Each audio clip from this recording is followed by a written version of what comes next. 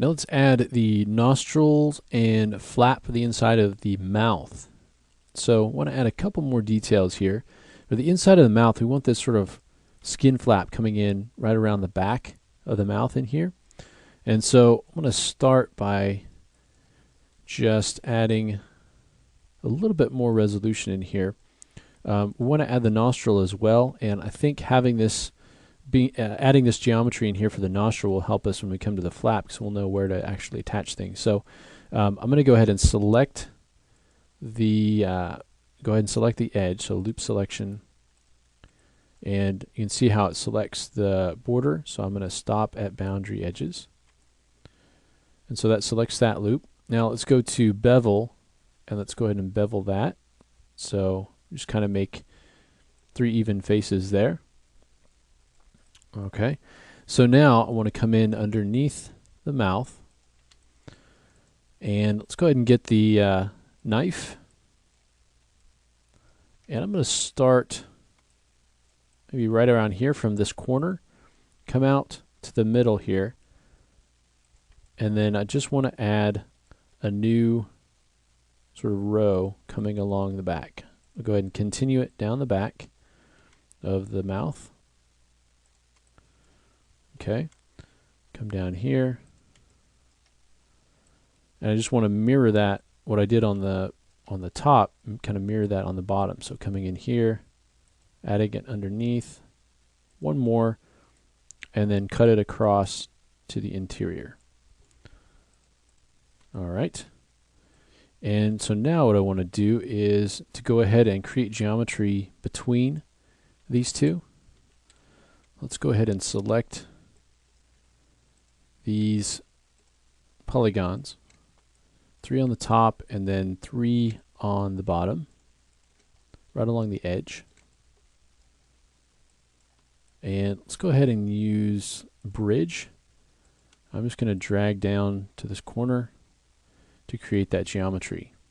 Okay, now we have the geometry back here that we added.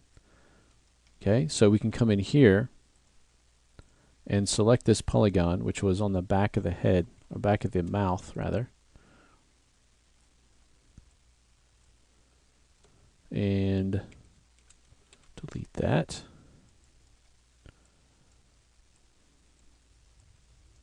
Now I want to look at these points and just make sure that they are connected.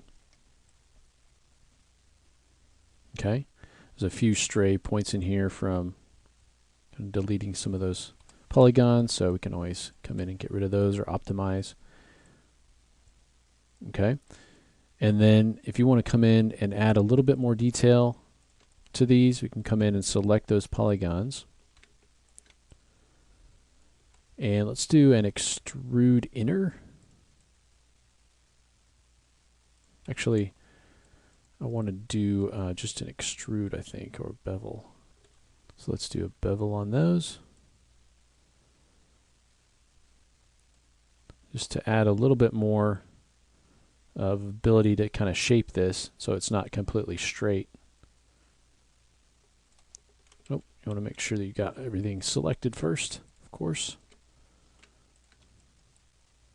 Okay, let's try that again. So we'll do bevel. I'll bring that down a little bit. All right, so for the, and you can add a little bit more resolution in there if you want to, but I'll call it good. For the nostril, I want to figure out where exactly that's going to be. It's kind of right up in here, general area. And so I want to select kind of these 2 polygons, and more like these polygons. All right, and let's go ahead and extrude those up. Okay, so kind of extrude those up a little bit, and then we'll do a little bit of shaping here by selecting the points. Kind of move this up and back. This one can kind of come forward a little bit, and just kind of make a base for that nostril. Kind of pull this geometry over a little bit. Same thing here, kind of pull this over a bit. And then these two on the back we can go ahead and weld together. Again, just blending this geometry back into the surface of the head. Same thing here, we'll go ahead and weld. And then one more at the back. Go ahead and weld that together. Get so I can see my option there. All right. And then we just want to kind of use this geometry to kind of blend it a little bit more back into the surface.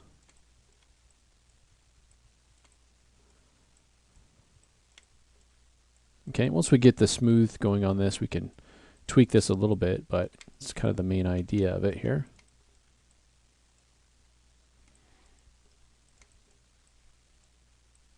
Okay, so depending on how big you want your nostril, I actually think I want it to be fairly small, so I'm going to go ahead and just use this polygon here as the base. So we'll do an extrude inner. Okay, and then we'll do an extrude back. Kind of pull it straight back.